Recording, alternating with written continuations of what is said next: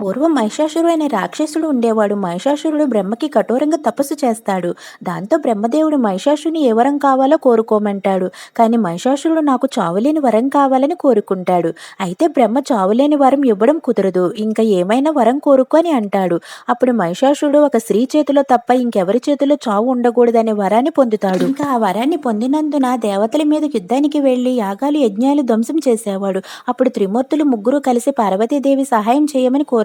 పార్వతీదేవి కాత్యాయని రూపంలో ఘోరమైన యుద్ధం చేస్తుంది. అమ్మవారి ముందు రాక్షసుడు బలం చిన్నదైపోయింది. ఆఖరికి మహిషాసుని సంహరిస్తుంది. యుద్ధం చేసిన తర్వాత అమ్మవారు విశ్రాంతి కోసం దట్టమైన అడవుల్లో బండరాల మధ్య అక్కడే సేవ తర్వాత అక్కడ గొర్రెల కాపరి దేవతా విగ్రహాన్ని కనుగొన్నాడు. కొంతకాలానికి అమ్మవారికి గర్భగుడి కట్టించారు. అదే జూబ్లీ హిల్స్ గా మారింది. మీకు ఇంకో విషయం తెలుసా? పెద్దమ్మ గుడి దగ్గర ధ్వజస్తంభం దగ్గర బండపైన మనసులోని ఉన్న కోరికను రూపాయి బిళ్ళ తీసుకుని నిలబెడితే కోరికలు నెరవేరుతాయని అక్కడ గట్టిగా నమ్ముతారు. అయితే అందరూ చెప్పండి, పెద్దమ్మ తల్లికి జై.